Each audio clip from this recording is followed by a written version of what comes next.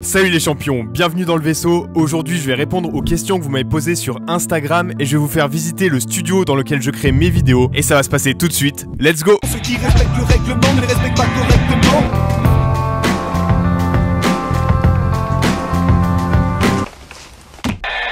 Salut, je me demandais si c'était toi qui faisais les montages de tes vidéos. Et si oui, ça te prenait à peu près combien de temps? Alors oui, c'est bien moi qui fais tous les montages de la chaîne. Il doit y avoir 3 ou 4 exceptions je pense, mais à part ça j'ai monté toutes les vidéos de la chaîne en intégralité. Il doit y en avoir plus d'une centaine, que ça soit les analyses, les freestyles, les docus, etc. Et pour une analyse, en moyenne je compte 2 heures par minute. Donc pour une vidéo de 20 minutes, ça me prend environ 40 heures de montage.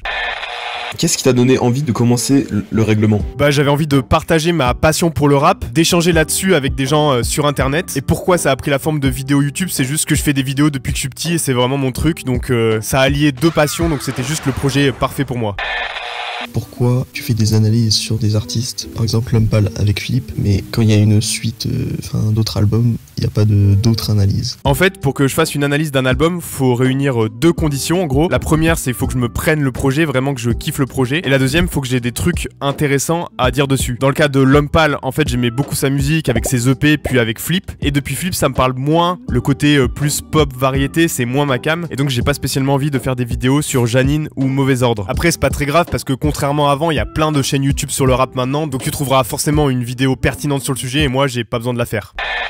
Est-ce que tu as prévu de parler des petits projets qui sont généralement moins mis en valeur que les projets de gros rappeurs? Juste pour faire découvrir de nouvelles choses aux gens. Alors je parle très souvent des projets de rappeurs qui sont pas mainstream. C'est juste que si tu regardes les vidéos d'avant, en fait, entre temps ils sont devenus plus mainstream. Mais les moments où je fais une vidéo sur Columbine, une vidéo sur Freeze Corleone ou sur Winter Zuko, au moment où je sors la vidéo, ils sont pas ultra connus. Après, il y a quand même un problème pour les artistes qui sont là depuis pas longtemps. C'est le numéro 2, c'est que j'ai pas vraiment de trucs intéressants à dire dessus s'ils ont pas encore assez développé leur univers, pas encore sorti beaucoup de sons. Du coup, dans ce cas-là, je préfère d'autres formats du type les freestyles, des tops de sons ou des vidéos sur un mouvement au global. Comme ça, j'ai quelque chose d'intéressant à dire et je peux aborder les sons de ces artistes-là.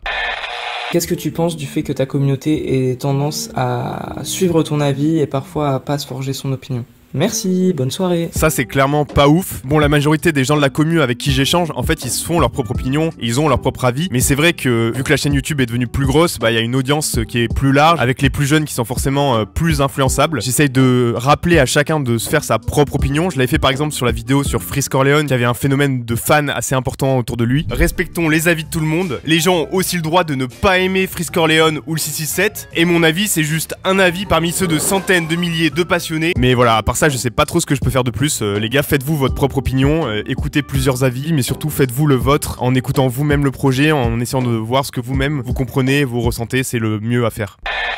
Est-ce que tu te vois à l'avenir, je sais pas, faire des interviews avec les rappeurs? Parce que en voyant tes analyses et tout, je me dis que t'aurais des questions qui sont sûrement pertinentes, tu vois. Et je te suis d'Alger depuis la vidéo sur Django. C'est vrai en plus. Bon, déjà big up à Alger, je sais que vous êtes beaucoup dans la mif à me suivre depuis l'Algérie. Sinon pour le format d'interview un peu à la Mehdi Maizi, je me vois pas trop faire ça, mais j'aime bien échanger avec des artistes d'autres manières. Donc soit je le fais en privé, ça me permet de nourrir mes vidéos d'analyse, soit je peux le faire en live sur Twitch. Je l'ai fait récemment avec Sully La Prise et c'était bien cool, donc je pense que je le referai à l'avenir.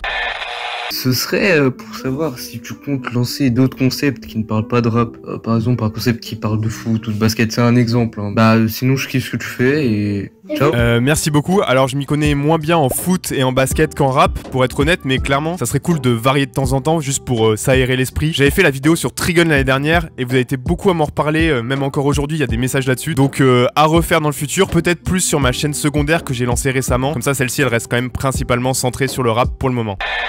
Alors moi je voulais savoir ton avis par rapport au déclin de YouTube. D'abord, est-ce que c'est quelque chose que tu trouves réel? Est-ce que tu as vraiment l'impression que YouTube se meurt ou pas du tout? Et ensuite, est-ce que c'est quelque chose qui t'inquiète par rapport à ton métier et ton avenir en tant que YouTubeur ou pas du tout? Alors le déclin, oui, c'est réel. Les gens passent de moins en moins de temps sur YouTube et de plus en plus de temps sur TikTok. Il y a des chiffres qui le prouvent. Et moi je le ressens aussi dans la créativité sur la plateforme. On n'est plus vraiment dans le prime des années 2010. Il y a de moins en moins de gros YouTubeurs qui font tout seul. La plateforme maintenant c'est beaucoup de contenu contenu type télé ou en tout cas avec une grosse production derrière. Après ça n'empêche pas que ça peut être cool quand même, il y a des trucs que je kiffe et il y a aussi des mecs qui font de vraies choses totalement en indé, mais dans l'ensemble je comprends que les gens créatifs soient plutôt tournés vers Twitch ou vers TikTok. Après moi personnellement je préfère toujours faire une analyse de 20 minutes bien poussée où je creuse le sujet à fond que des vidéos de 30 secondes. Donc pour l'instant je vais rester sur YouTube, même si c'est en déclin, ça reste une plateforme qui rassemble beaucoup de monde et qui est pratique à utiliser. Et après pour l'avenir, bah on verra.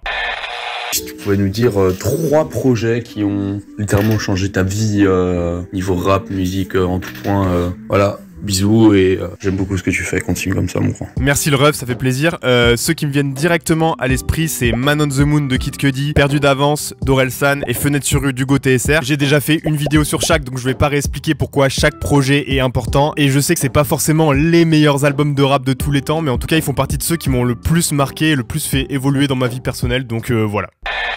Tu fais des gros boulots, des gros travaux, j'aime beaucoup ça. Et du coup ma question c'est pour toi, avec qui Frisk Orleans devrait faire absolument un feat? Moi perso je pense que c'est Vald. Vald, clairement c'est dommage que ça soit pas fait à l'époque où ils étaient tous les deux dans des délires reptiliens complotistes, ça aurait fait un son incroyable. Après aujourd'hui je kifferais bien revoir Freeze dans des délires plus américains, par exemple avec un feat avec Phoenix Flexin qui est un de mes rappeurs préférés de la côte ouest, et sinon le projet avec Osiris Jack c'est Quand vous voulez.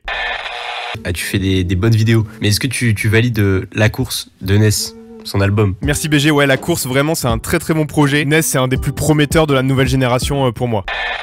Je sais que de toute façon tu vas zapper cette question parce qu'elle va te foutre dans la merde, mais pour toi, c'est quoi les artistes les plus surcotés du rap? Bon alors c'est assez simple, suffit d'aller dans le top Spotify de l'année, là tu regardes l'ensemble des artistes et pour moi les 3/4 sont surcotés et c'est pareil toutes les années, même si depuis 2-3 ans je trouve que ça a tendance à s'améliorer. Quand je dis surcoté, ça veut dire qu'il y a d'autres artistes que je trouve aussi bons ou meilleurs qui pour moi auraient leur place dans ce classement. Après moi je m'en fous un peu de ce qui est surcoté ou sous-coté, mais en fait j'écoute ce que je kiffe, je fais des vidéos sur ce que je kiffe et je vois pas trop l'intérêt de lâcher des blases fraîches, on passe à la suite.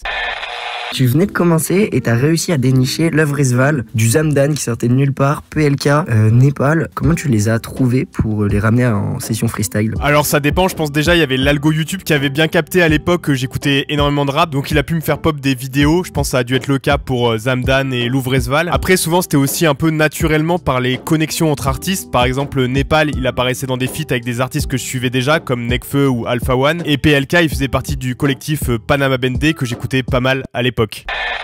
Salut, je voulais savoir, c'était lequel ton règlement freestyle préféré? Putain, là, compliqué, tu me demandes de choisir entre mes enfants, mais du coup, si je devais t'en dire un par saison, saison 1, Gizmo, saison 2, les Space, Népal, saison 3, Louvre Esval ou Levi, saison 4, Zukumazy.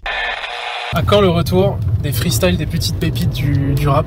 C'était vachement cool, puis ça permettait de découvrir de nouveaux talents, dont Levi, où moi j'écoute toujours. Juste j'aimerais bien que ça revienne tout ça, ce serait cool. Let's go, merci. En fait j'ai fait un peu le tour du format original, mais oui j'ai envie de refaire des freestyles, c'est juste que j'ai envie de les faire différemment, faire un nouveau type de vidéo qui soit un peu jamais vu. J'ai une idée pour ça et j'espère pouvoir la mettre en œuvre l'année prochaine. Voilà, croisez les doigts pour moi. J'ai une petite question qu'on a déjà dû te poser pas mal de fois. Vu qu'avec tes vidéos ou même avec Rules financièrement, tu aides beaucoup d'artistes, tu les mets beaucoup en avant. Est-ce que dans le futur, tu ne vois pas monter un collectif, voire même un label pour pouvoir continuer dans cette démarche? Alors non, pas du tout. Bon déjà, j'aime pas trop manager des gens, donc déjà première incompatibilité. Et en plus, j'ai déjà un peu d'XP parce qu'on avait tenté avec Pain Surprise à l'époque de monter un label de rap, mais en fait, tout le côté distribution, business de la musique, etc., ça m'intéresse pas du tout. Donc je préfère me rendre utile et trouver mon rôle là-dedans via des projets plus créatifs comme les vidéos ou les cartes à collectionner.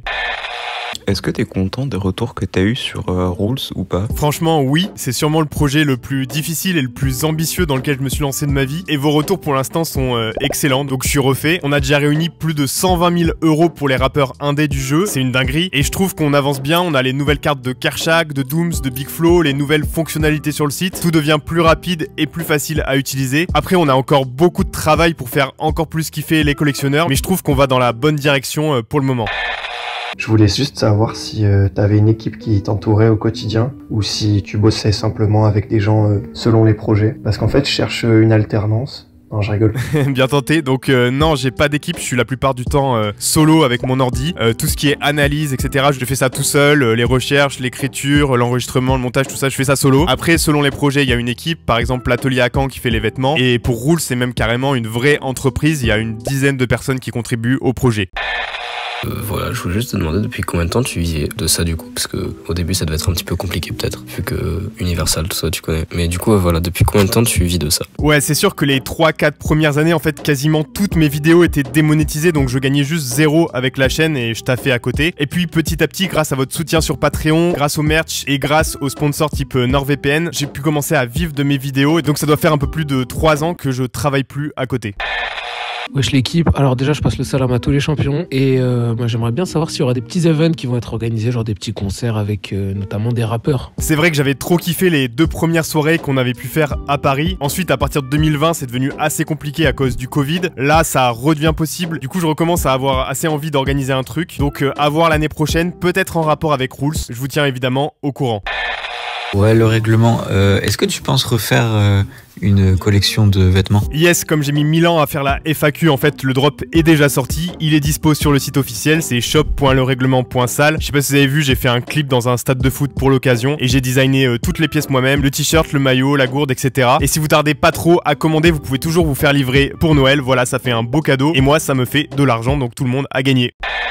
Salut mec, tu penses que tu ferais quoi si tu faisais pas ce que tu fais en ce moment? Alors niveau métier, avant j'étais designer d'applications mobiles et ça marchait bien, donc je pense que je referais ça. Après à côté j'ai toujours passé tout mon temps à créer des vidéos ou des trucs sur internet, genre des sites web et tout à l'époque. Donc je pense que même si je faisais pas cette chaîne là, j'essaierais de faire des choses créatives d'une manière ou d'une autre.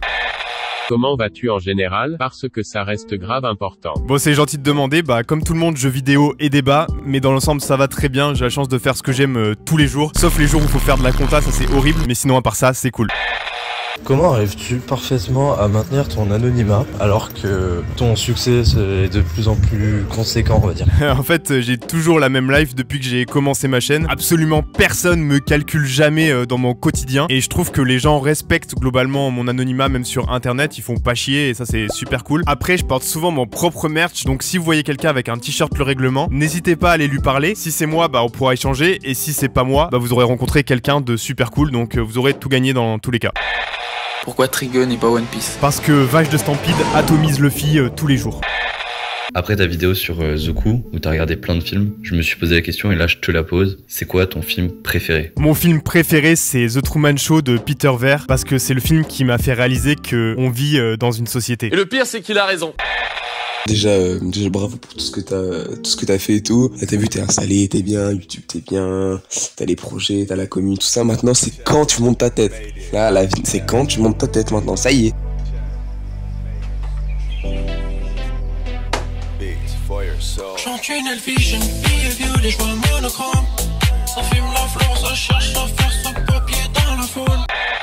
Bon, avant de vous montrer ma Switch géante et la statue de Toutankhamon que j'ai racheté au musée du Louvre, je dois vous dire que j'ai un studio depuis 2-3 mois, mais avant ça, pendant 6 ans, j'ai fait toutes mes vidéos sur un bout de table avec un MacBook de 2015 et un micro USB à moins de 100 balles. Donc voilà, vous avez pas besoin d'avoir un matos de ouf pour vous lancer, ni même pour créer des vidéos de qualité. Et n'oubliez pas que dire j'ai pas de matos ou pas de contact, c'est un truc de victime. Bon, maintenant que c'est dit, je vous présente mon studio. Voilà, c'est là. On va faire un petit tour. On commence par mon tableau blanc, c'est là où j'écris tout ce que je vais faire dans la semaine. On enchaîne sur 2-3 posters que j'aime bien. Ensuite ici c'est plutôt le bordel. Et là sur cette étagère je stocke les prototypes des sapes pour les prochains drops. Oh le beau prototype, si seulement il était en vente sur le site. Ah ça serait pas mal hein. Petit tapis Décathlon pour me détendre le dos après 10 heures de montage. Accompagné par ce magnifique tapis persan, indispensable pour écouter les EP d'Ash Jeune Crack dans les meilleures conditions. Un poster du Truman Show pour ne jamais oublier qu'on vit dans une société. Et là un drapeau posé sur un carton.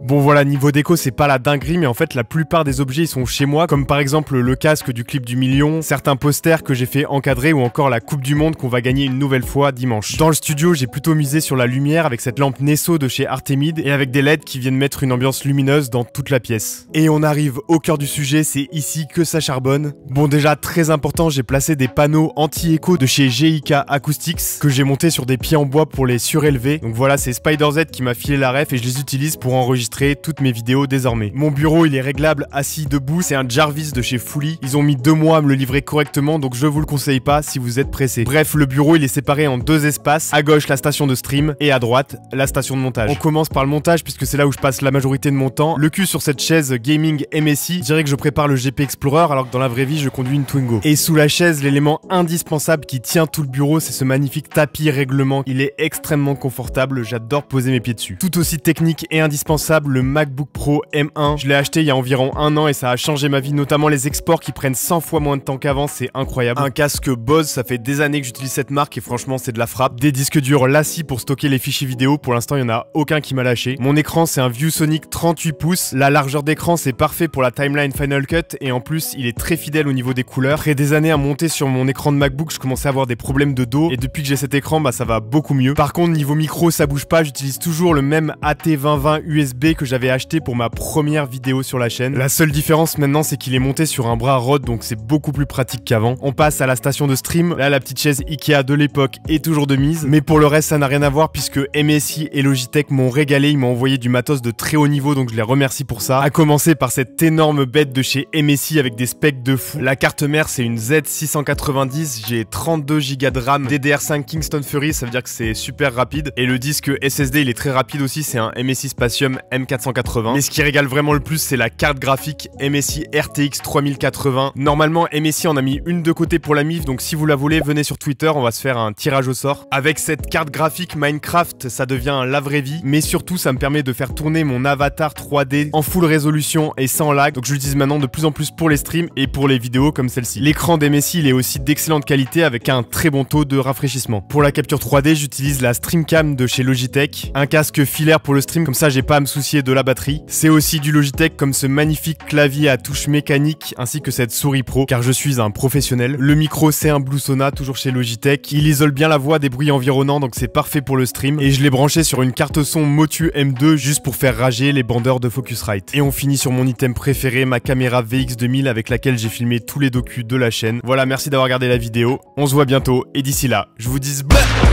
faut qu'il y ait plus rien qui m'atteigne pour soulager ma peine, mettre tous les soucis dans la baigne, yeah. Faut que je vois cette fille mais je sais plus trop laquelle. Faut que je trie plus de 200 maquettes, tout s'est réussi dans ma tête, yeah, yeah. Je sais plus par où commencer. 5 heures du mat, je baille, je sais plus penser.